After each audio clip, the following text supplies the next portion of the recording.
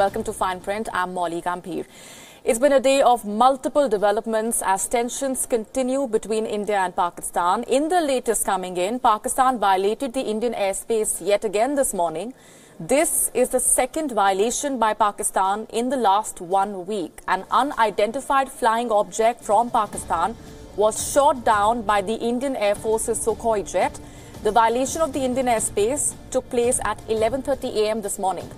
Pakistan, remember, also violated the Indian airspace on the 27th of February and tried to target Indian military installations. Remember, earlier today, Air Chief Marshal B.S. Dhanua had hinted at an ongoing operation.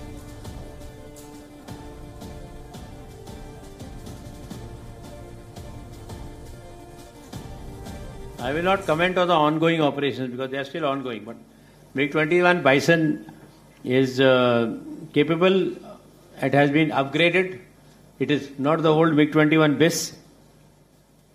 It's got a better weapon system. It's got better radars, better air-to-air missiles, radar warning receivers, shaft flares, whatever it takes to make it, from third generation to 3.5 generation or so. So it is an upgraded aircraft, and we fight with all the aircraft in our inventory.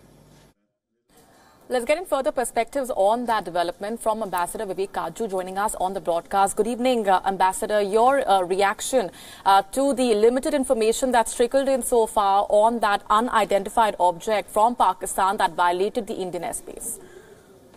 I think the Pakistanis should be very careful not to provoke India and in these present circumstances, and they should avoid sending any aerial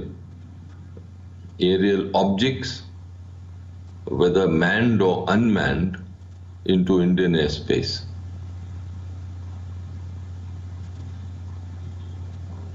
That development also coming in the midst of tensions that only have escalated following the Pulwama terror attack.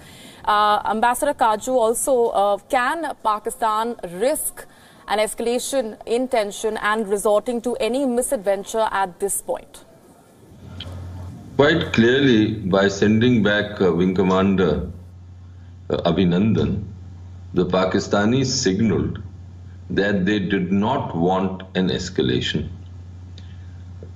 And now, if they are going to give up that path, it will be extremely foolish of them.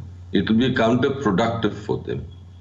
Because at the end of the day, any escalation will not be in their favor. Absolutely. Stay with me, Ambassador. Also getting in Defence Analyst Lieutenant General Sanjay Kulkarni, who's joining us right here in the studios. Your reaction as well to what we know so far, the limited information that's trickled in that Pakistan violated the Indian airspace yet again this morning at 11:30 a.m. There was an unidentified object that was fired upon by India's Sukhoi jets. I would say that such provocation by Pakistan would lead to more tension along the borders, and this is not the time for it. I would much prefer de-escalation, though Imran said at that point of time that to start a war is easy, but it has no end. If Imran feels he has started, then the end will be on our terms and conditions. And there is no denying the fact that it is Pakistan which now needs to be little more responsible, and it must not provocate at all, because provocating India and using air, including the airspace, would lead only to its downfall. Pakistan is on the back foot. Pakistan is economically awful state. Militarily, it is absolutely no comparison to India. If at this point of time, if Pakistan is to do what it feels it is doing, right, maybe with the support of anybody, I think it's playing with fire. Absolutely. And can it actually afford any escalation given its crippling economic condition is something that we will delve deeper into in just a short bit. But further developments that have been trickling in, as we suggested, there have been several inputs coming in throughout the last few hours of this evening. Now, following the Pulwama terror attack on February 14th, in which 40 CRPF personnel were killed, that attack was, of course, claimed by the Pakistan-based terror outfit Jaish-e-Mohammed. On the 26th of February, India had carried out counter-terror air strikes targeting the biggest camp of the Jaish-e-Mohammed. And following those strikes, several questions were raised on the number of casualties. Now, sources are telling WION that surveillance of the Jaish-e-Mohammed camp in Balakot had confirmed around 300 active mobile connections in the facility. 300 active mobile connections. The information was also corroborated by other Indian agencies ahead of the strike. Let's get in our principal diplomatic correspondent, Siddhant Sibbal, who's been getting us that information. Siddhant, what more are your sources telling you at this point? Well, the NTRO had done a recce after the go-ahead was given that this Balakot camp of the Jaish-e-Mohammed will be targeted, and the NTRO surveillance showed that there were 300 mobiles in that camp, and that confirms the number of people also. And after that recce, we saw the Indian strikes on the terror camp in Pakistan, in Pakistan's province, not in POK. Those terror strikes taking place at around 3:30 to 4 a.m. on that day, and of course confirmed by the Indian government as well. But of course, we have seen since a lot of developments happening from India and Pakistani side.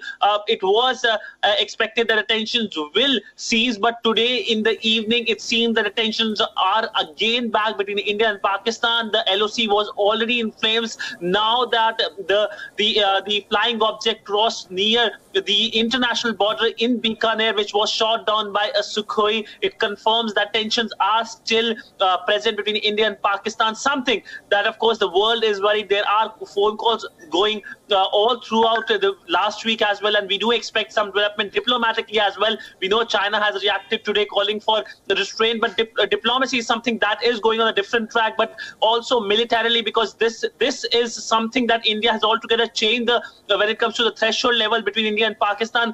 No longer India wants to be portrayed as a soft state, and the message has been sent clearly to Islamabad. Absolutely. Stay with me, Siddhant, and also I will go back to our guest joining us this evening. But there are further developments coming in. Despite the airstrikes, Pakistan refusing to change its stand on terror.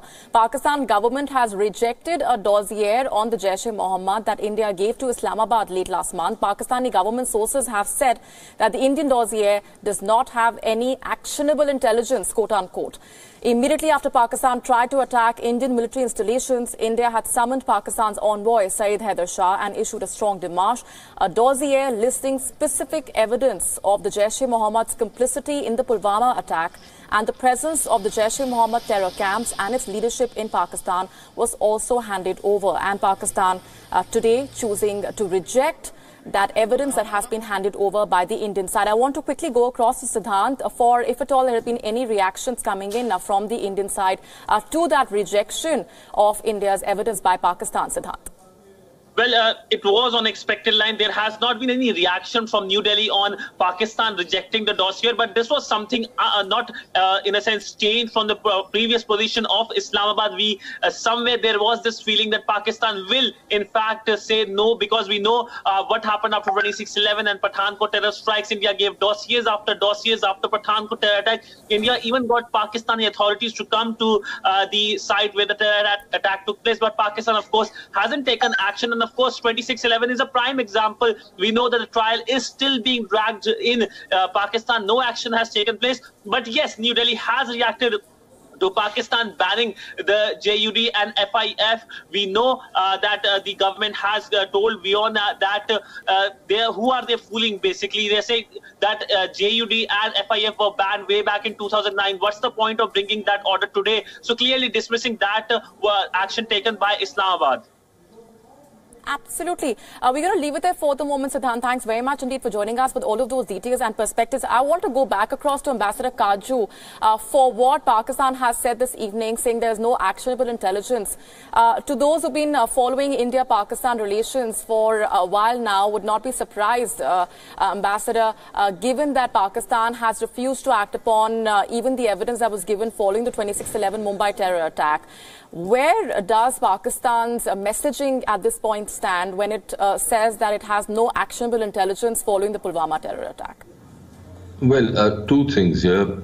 I don't know whether they have officially conveyed to us that there is no actionable intelligence. Whether all this is shadow play based on source reports. I'm saying this because this morning I saw a report in Pakistan's leading daily, which is no friend of the government or the army. Right. In that report, from that report, it seemed that sources in Pakistan, government sources in Pakistan, were briefing their media that they will take action against the Masood Azar, or they will not prevent his listing under the relevant UN resolutions, and that they were doing this not under Indian pressure, but because that's good for Pakistan. Now, this kind of shadow play takes place all the time. Right. You need to project to your domestic constituency that you're not acting under pressure, external pressure. So we'll really have to wait and watch what actually they do. We should not get distracted by source reports and what people are saying informally, but go by action on the ground. Let us see what happens. I, for one, believe that they will not be very forthcoming in taking real action, or that we need to really wait and watch if they do. If they do, then it will be a remarkable change from their earlier positions. There's no evidence that they're willing to do this, except that I think that the entire sequence of events beginning from the Balakot strike would set them thinking.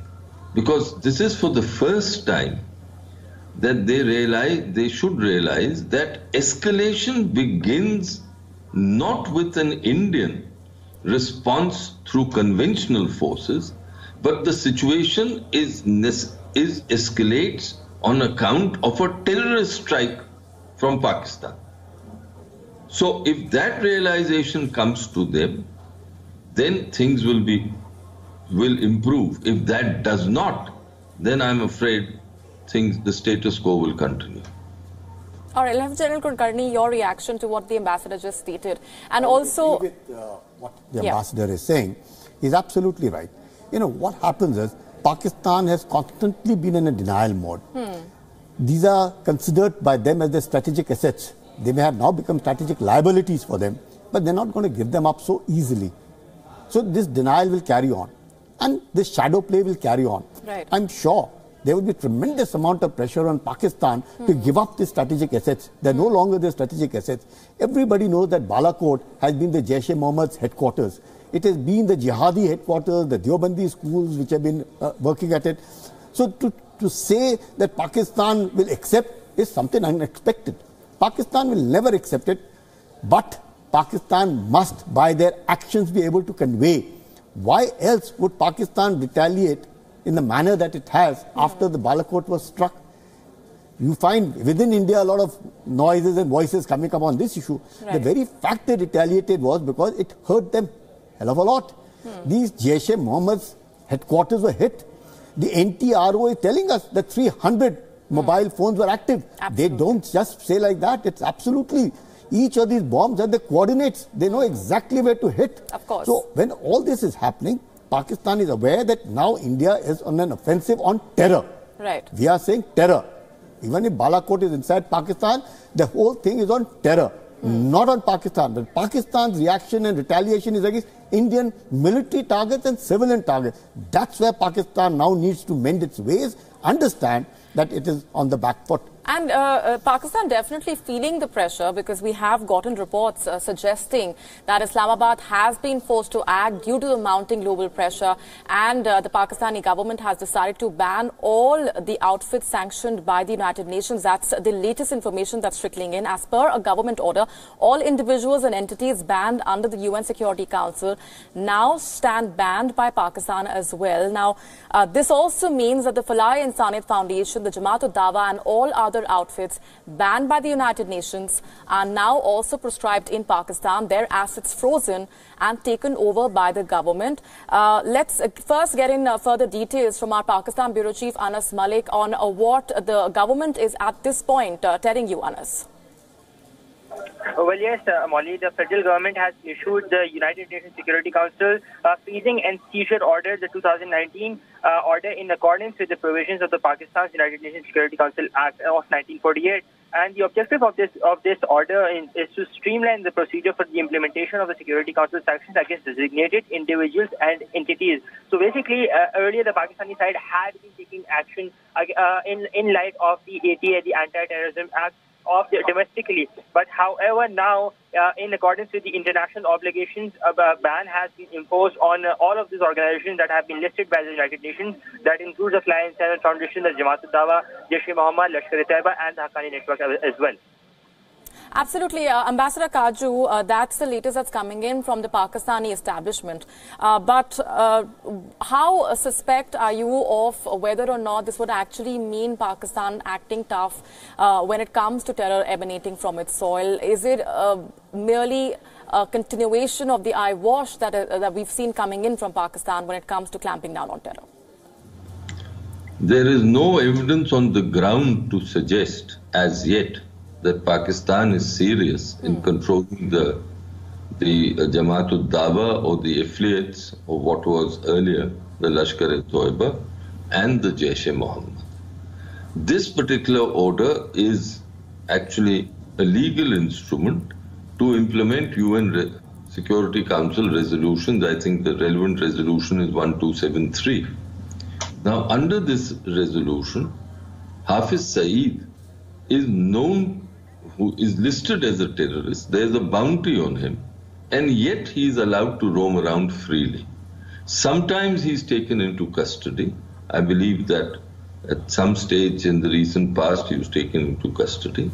The Pakistanis then say that their courts want evidence and that they don't have enough evidence. Now, it is remarkable that an organization that they have used as an instrument of policy for decades now would leave them with no evidence. The fact is that the evidence would heavily implicate the Pakistani agencies, and therefore they are incapable of acting against them. So let us see how it happens. My last point here is that, yes, I've seen a report today, again, based on source reports, but in a reputed paper of Pakistan, which seems to suggest that on Masood Azar too, they may not resist his listing. That makes sense. Logically, if Pakistan and the Pakistani army were to act, they would not resist us. But then the Pakistani army does not only act rationally or logically, as it has been shown numerable times in the past. Absolutely, and we have seen how even after the earlier notification that never came, that the Pakistani government had promised to give out banning the terror outfits, we've seen how these organizations are flourishing with a rebranding, with a renaming of their terror outfit, and the operations continue as is on ground. No, Molly, they are all front organizations of the ISI. Yes. Now, when they are front organizations of the ISI, they're working on behalf of the ISI. Even if they do ban the names, they come up with some different names altogether. You find that Punjab Chief Minister of theirs was Nawaz Sharif's brother. Where has Bahawalpur come up? How beautiful the whole setup has come up with swimming pools and things of those kinds on a 3-acre land, which is Jaish-e-Mohammed headquarters. What do they call it? Maulana Masood Azar. Right. That Maulana is acting absolutely in a totally unexpected manner. So you realize that this kind of front organizations, which are of the ISI, whatever one might say, whatever they might do, they're trying to show their intent, but it does not translate into action. On ground, they will do exactly what they're doing. The ISI controls the power, the army is also in power, the civil does not seem to know anything, Imran is the face of the army. So it's in a very difficult situation Pakistan is, and all these terror organizations have virtually taken control. The radicalization has grown to such an extent that they don't know how to control it. That is where the problem lies. So Absolutely. Much that we hear of, if it's a source report or confirmed or otherwise, if they can rein in these organizations, it'll be a big thing. That, of course, is the challenge that is that Pakistan continues to grapple with. We're going to leave it there for the moment. Ambassador Kaju and Lieutenant General Kulkarni, appreciate very much for joining us on the broadcast. From Pakistan government sources that the Imran Khan government will not oppose the listing of Masood Azar at the United Nations. Sources have revealed that the Pakistan government has stated that it wants to act decisively against all non-state actors, which are those who have been listed by the United Nations under different sections. Well, yes, the Pakistani government, in a major move, in a major policy shift, has in principle decided not to oppose the listing of Masood Azar on the UN designated, globally designated terror list. And this change of heart is indeed has indeed been confirmed by the government sources. Top government sources have told WION. In addition to that, a center authority would be set up at the Pakistani Ministry of Foreign Affairs that would be coordinating against all of these non-state actors or non-state organizations and elements, and recommending actions against them in view of Pakistan's obligations with the United Nations. In addition to this, the government sources have been indicating that these non-state actors or non-state elements are those who have been designated or classified by the United Nations under various charges or under various lists. Now, the Pakistani government has indeed in principle decided to not to oppose this move. Beijing will not be contacted. We've previously seen that not just once but thrice China has vetoed this motion on the behest of Pakistan, on the behest of Islamabad. But this time, in principle, what we've been told that this decision has been taken. There's a review meeting that is to take place today, chaired by the Pakistani Foreign Minister Shah Mahmood Qureshi. Now, this is a change in heart at Islamabad, and what we're being told that it has the blessings of the Pakistani Prime Minister Imran Khan and the Pakistani military as well. Just last week, the United States, the United Kingdom and France proposed that the United Nations Security Council should blacklist Masood Azar, backing India's stance and acknowledging his role in the Pulwama terror attack. The US, the UK and France had asked the 15-member Security Council Sanctions Committee to subject Masood Azar to an arms embargo, global travel ban and an asset freeze. The proposal is expected to come up for discussion on the 13th of March.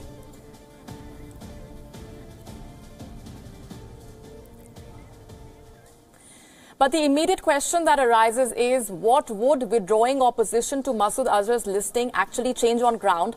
Pakistan's track record, as we just discussed, on action against terrorists is poor, to say the least. United Nations sanctions or pressure from the United States has not also prompted successive governments in Pakistan to crack down on terror. The biggest example of that is Hafiz Saeed. In 2012, the United States put a bounty of $10 million on Hafiz Saeed. The U.S. Department of Treasury has also designated Saeed as a specially designated global terrorist. Under international pressure, the Pakistani Punjab government put him under house arrest in January in 2017. But a review board headed by a Lahore High Court judge ordered his release in November the same year. He formed a political party later and fielded candidates in the elections held last year in the country. Despite pressure from the United States, a global terrorist was brought into the mainstream by Islamabad. Another example here is Zakir Rahman Lakhvi, the man behind the 26/11 Mumbai terror attacks, announcing a $5 million bounty on the terrorists involved in the Mumbai attacks. The U.S. Secretary of State, at that point, Michael Pompeo, had demanded that Pakistan must act against the Lashkar-e-Toiba. U.S. designated Lakhvi as a global terrorist later. Lashkar-e-Toiba is also a United Nations designated terror outfit, but there is no stopping the terror mastermind. Out on bail, Zakir Rahman Lakhvi has been raising funds for his terror group.